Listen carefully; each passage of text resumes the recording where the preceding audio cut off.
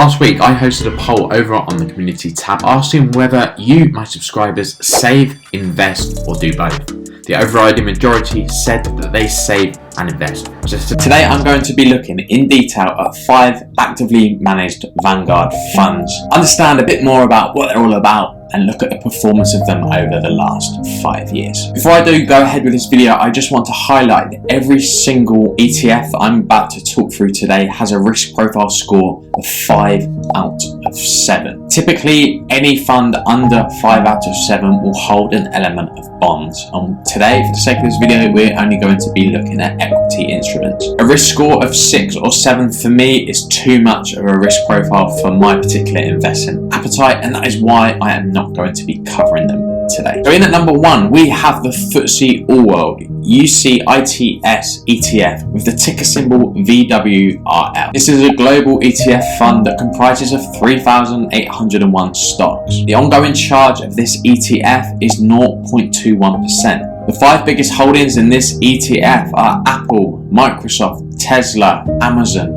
and Alphabet. And over the last 5 years, had you invested in the ETF 5 years ago, you will have seen a 94% increase on your investment.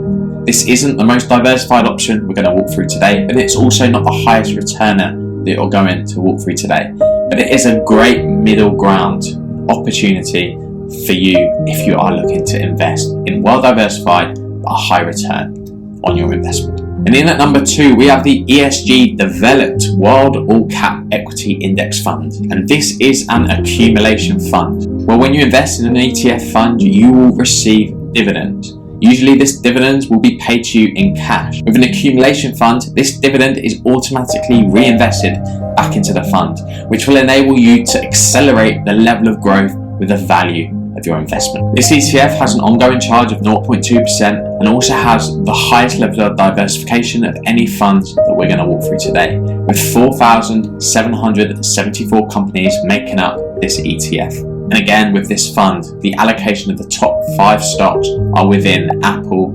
Amazon, Tesla, Alphabet, and Microsoft. Due to its more diversified nature than the previous ETF, the returns aren't quite as high, but they still offer a fantastic level of return over the last 5 years of 83%. If you are looking for a very, very well diversified portfolio, then this could be the fund that you could look at investing into. In at number 3, we have the FTSE Developed World UCITS ETF, ticker symbol VEVE. This fund has a far lower diversification than the funds we have spoken through today. It comprises of 2,232 stocks. However, the appealing part of this fund is that the fees are essentially half of what we spoke through on the previous 2 alternatives at just 0.12%. Again, the top 5 allocations are the same companies: Apple, Amazon, Microsoft, Tesla, and Facebook.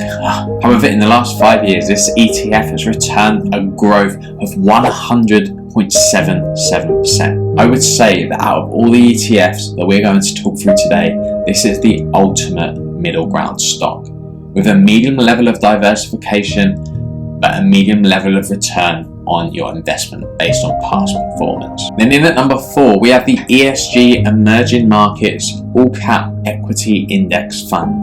Again, another accumulation fund.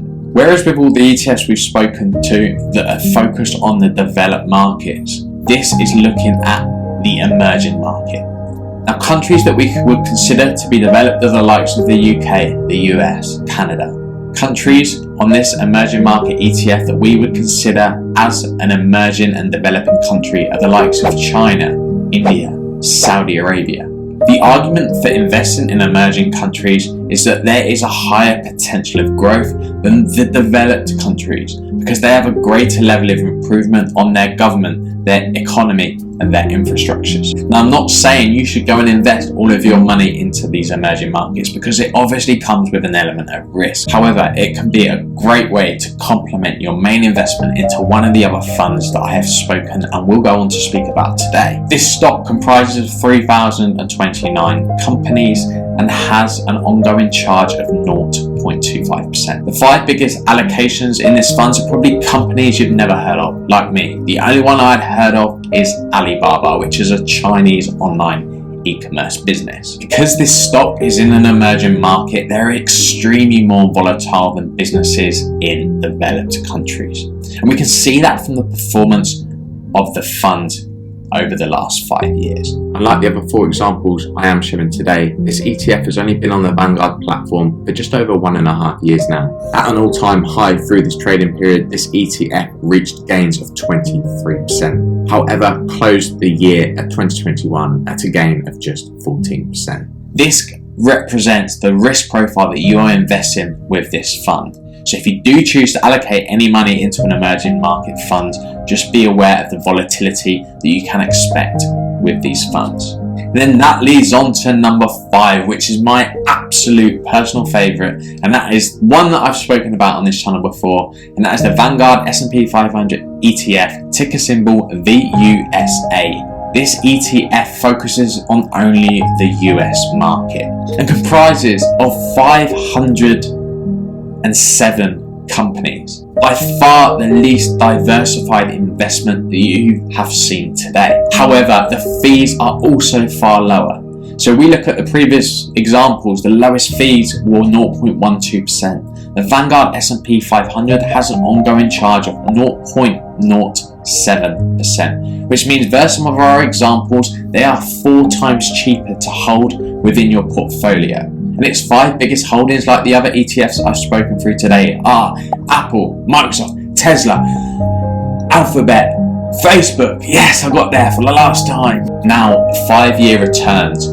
The Vanguard S&P 500 absolutely trumps every single ETF I have spoken through today and has returned 5-year returns of 129.45%. Now, the reason for that is, in my opinion, nothing other than the fact that they have less diversification.